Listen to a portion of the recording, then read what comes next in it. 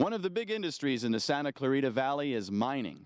Whether mining for gold or silver or oil or whatever, our valley's history is rich with tales about mining, filled with stories about wealth and colorful characters.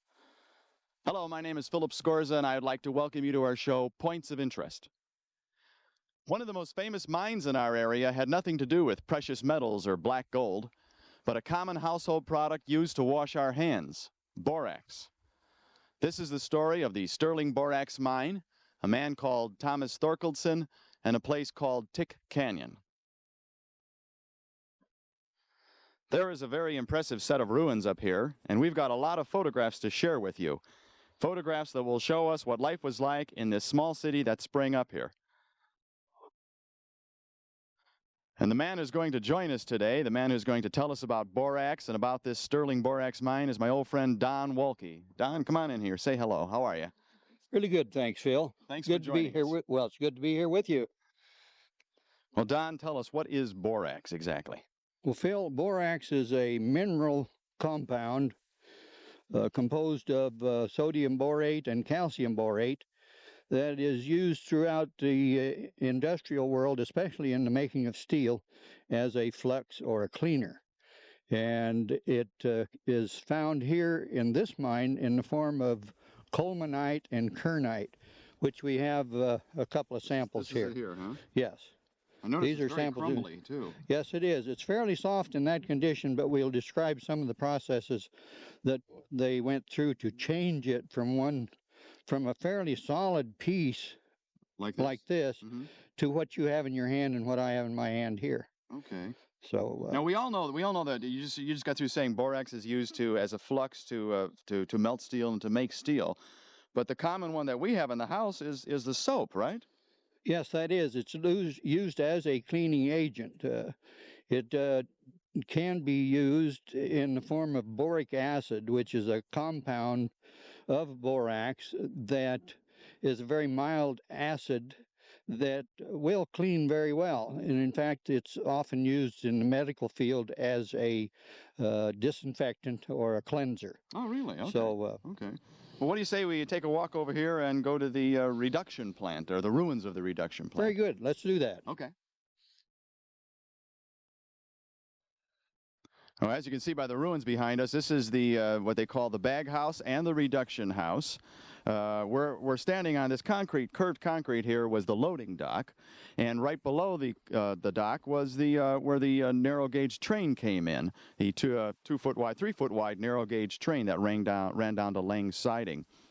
Up on the top of the hill up there, those cement pilings are the base of the old hoist house, and the hoist house was where the vertical shaft went down into the ground. And Don, how did they get the tailings, I guess it's called, from the hoist house down to this reduction plant here?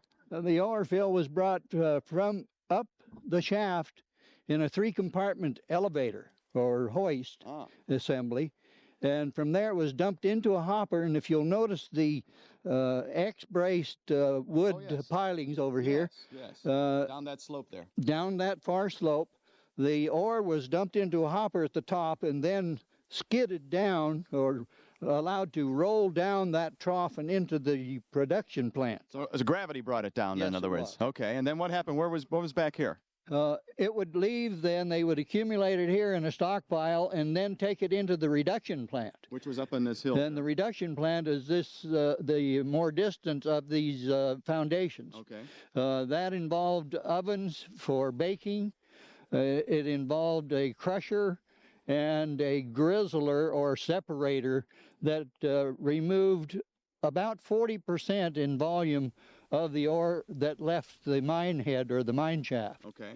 From there, then, the remaining 60% was brought here to what was the bagging plant in this area here. Okay. It was put in bags and offloaded from this platform onto the narrow gauge railway and taken back down the canyon for shipment to the east for further purification. Wow. Wow, so it's quite a process here, wasn't it? Yes, it was. Yeah.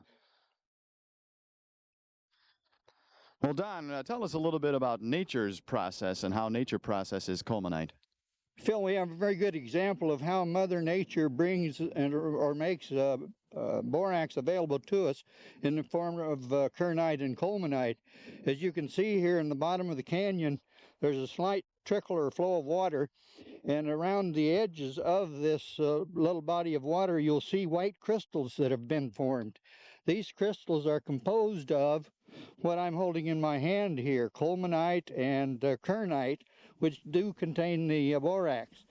This is common throughout the borax industry. These salts, these minerals collect where drainages occur, where the water passes through usually volcanic earth.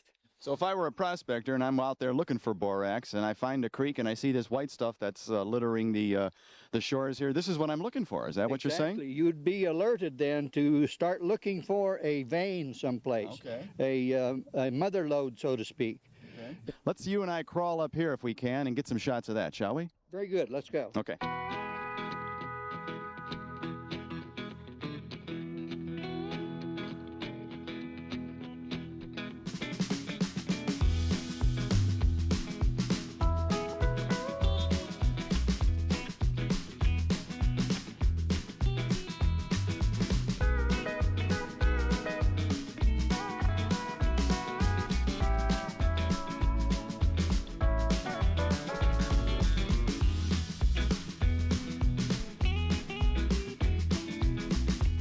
Now, I understand that the reason they found borax up here to begin with was that about a century earlier, some Spaniards were taking gold out of these mountains. Is that right?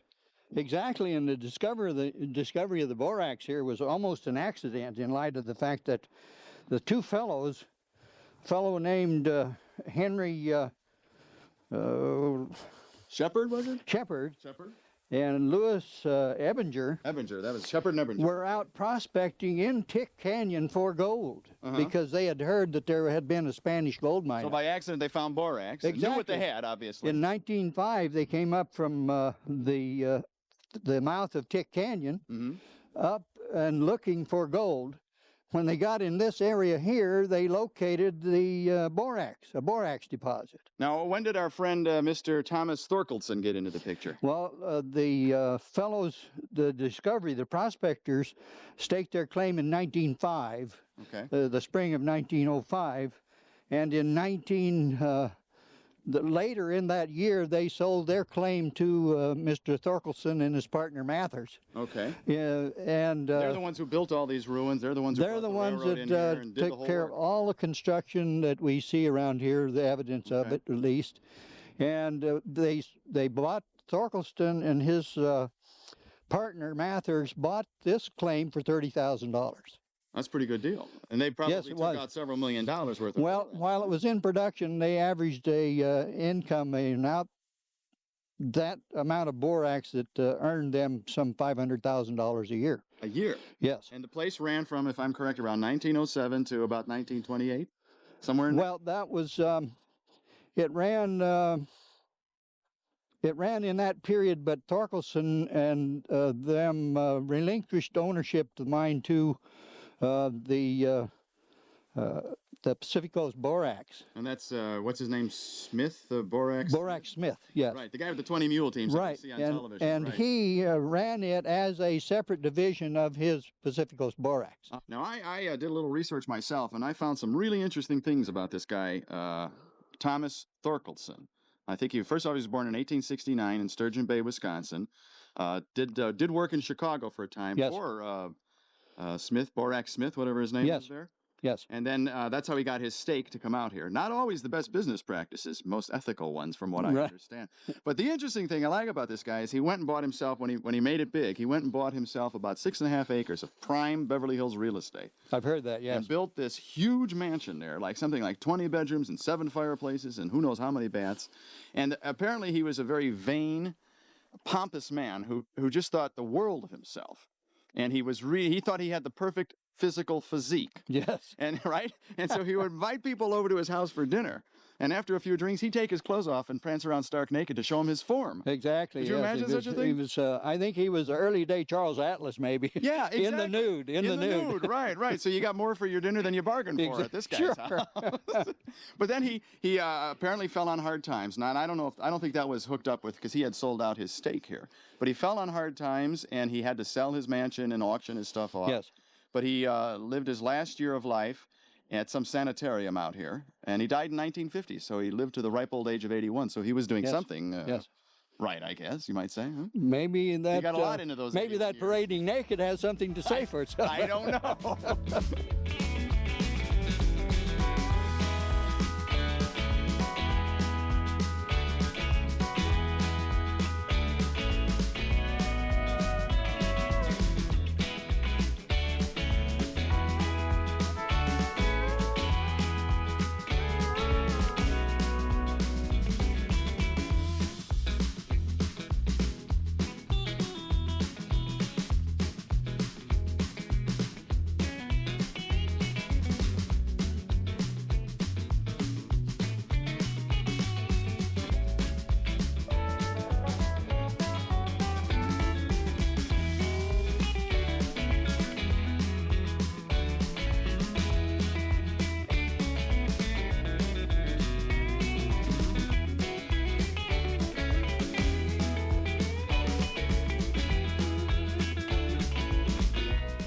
Okay, so where we're standing, obviously, was the reduction house itself. Below is the loading dock. Across the way is the hoist house. Yes.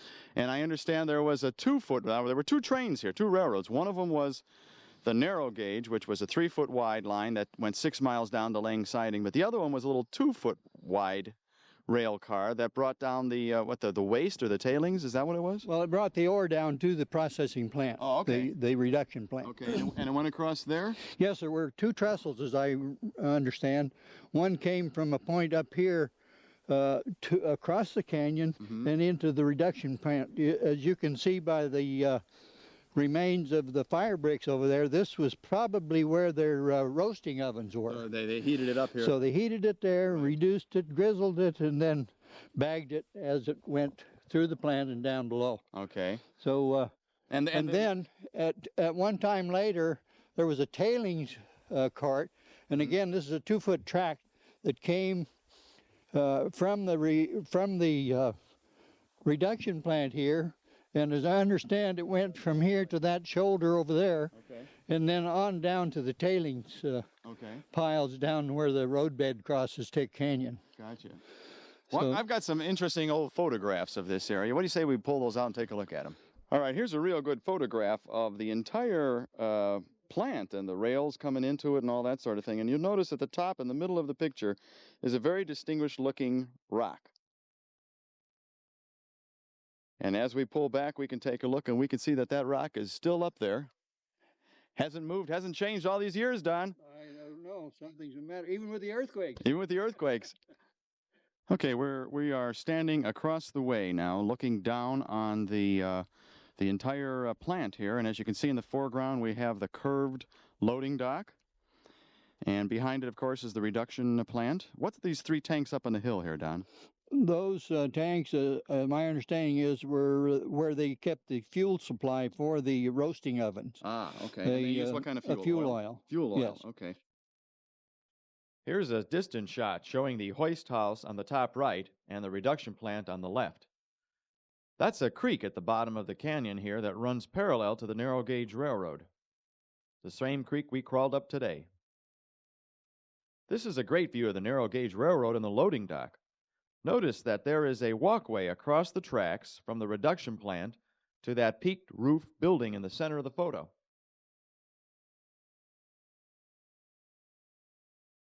That's the hoist house on the upper left. The mill and loading platform for the narrow gauge train is on the bottom right. And off in the distance, in the middle of the picture, is the camp, or Sterling City. Don, here's a nice photo of the #1 shaft head frame. This photo was taken in 1916.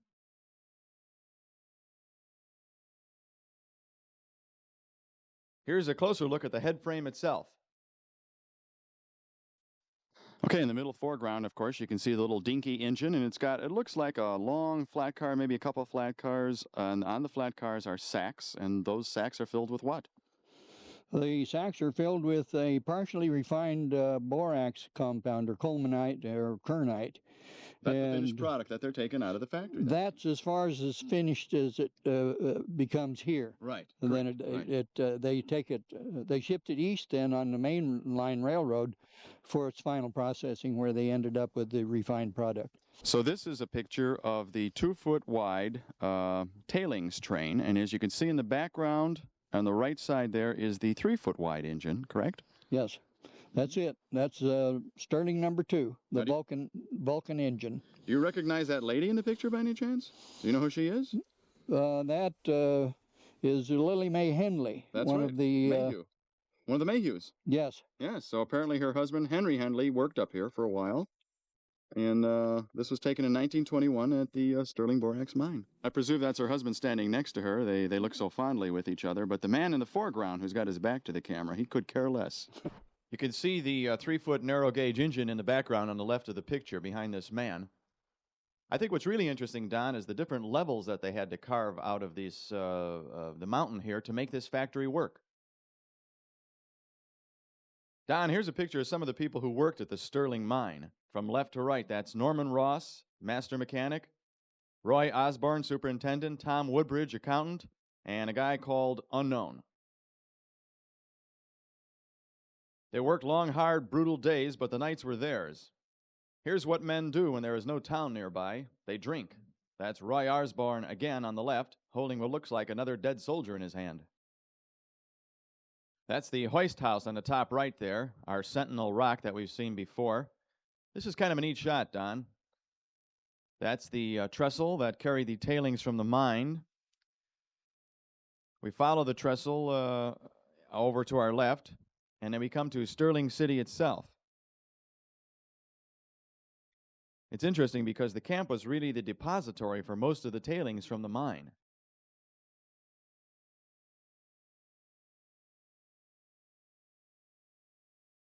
Well, listen, there was a narrow gauge train that came up here, and I'm an old railroad buff. So what do you say you and I crawl down to the right-of-way and do some stuff down there? Huh? Yes, that's quite an interesting facet of this whole operation here, is the narrow gauge railroad. Okay.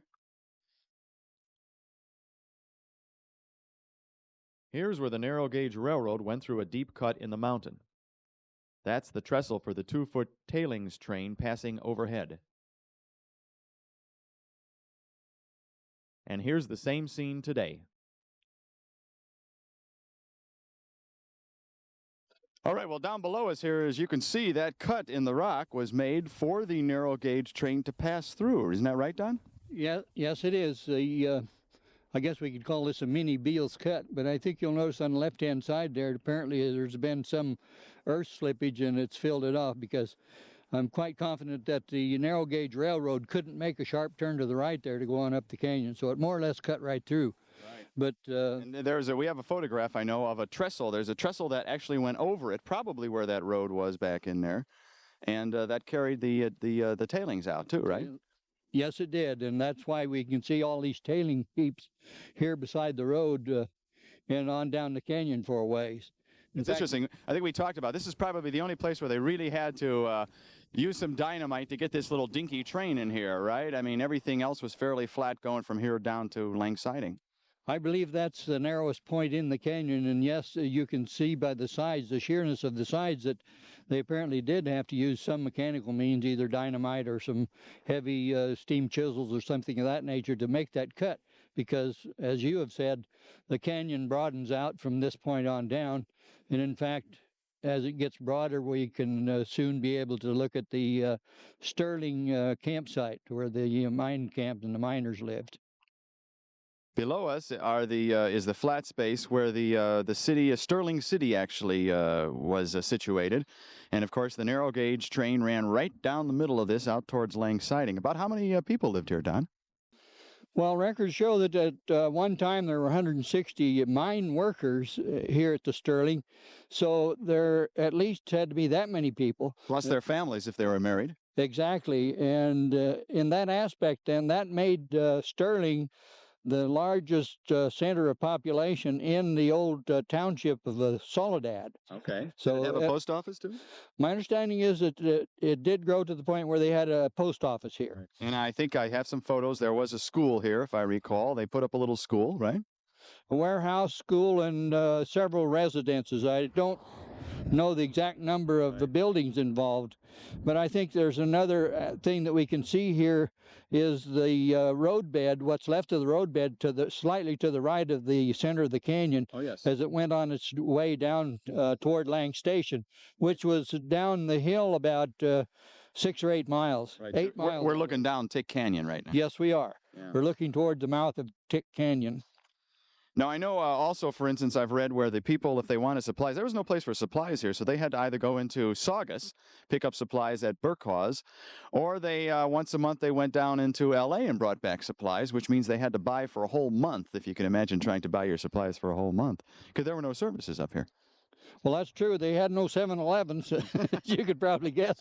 So a grocery shopping trip was quite a bothersome thing because it involves a lot of time, and especially if you're moving either on the railroad or my best guess is that they used mostly horse and buggy or stagecoach or wagon or something of that nature. Right. So you can see by that and the speed involved there that it'd take them all day even to get to Saugus to buy any groceries or supplies. Of course, the mine workers work 6 days a week, but on Saturday night there was always a dance that they could go to. There are places such as Agua Dulce, Acton, go into Saugus, or the Sterling Schoolhouse. They would have dance. That was their entertainment then.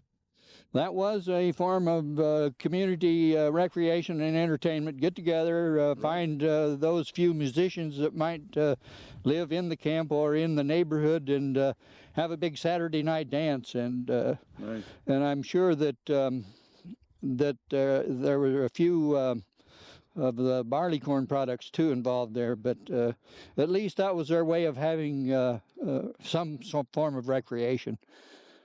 So Sterling as a city started when? It's quite interesting, and it was, although it's rather short-lived, it started in 1908 when Thorkildsen and his partner, Mr. Mathers, started the mining operation here, completed the plant, and went into production in 1908. At that point in time, they did build the community of Sterling, the city, residences. It had a boarding house, one boarding house for those single miners that were involved, and a little community center. There were warehouses, shops, blacksmith shops, I would imagine in particular. Did the town die when the mine went out of business? Did the town die then? Yes, that was one of the sad parts of this. It was a thriving community for a number of years, and then in 1921, the ore, the colemanite and kernite ore available here in the canyon petered out, and the town was abandoned eventually in 1922, and since that time it's virtually disappeared. Of course, they were all wooden constructions, and with weather and vandalism and such as that, why, there is no more camp or town of Sterling. It's a thing of the past. We'll never see it again. Well, Don, I would like to thank you for bringing us out to the Sterling Borax Mine and telling us all about borax and these ruins out here in the town of Sterling. And it's been a lot of fun today. Thanks for coming by. It really has been fun, Phil, and I've enjoyed it myself. And it's quite an experience to look back in our past here in the valley and ferret out details such as we've been able to see here. So thanks to you for the invitation. I've enjoyed my participation in the program. We should mention that Don and I, of course, are both with the Historical Society, and if you would like to learn more about Sterling Borax or oil mining or gold mining or any of that stuff, come on out to the Saugus train station some weekend and visit us. I'd like to thank you for joining us. This is Philip Scorza for Points of Interest, and we will see you again next time.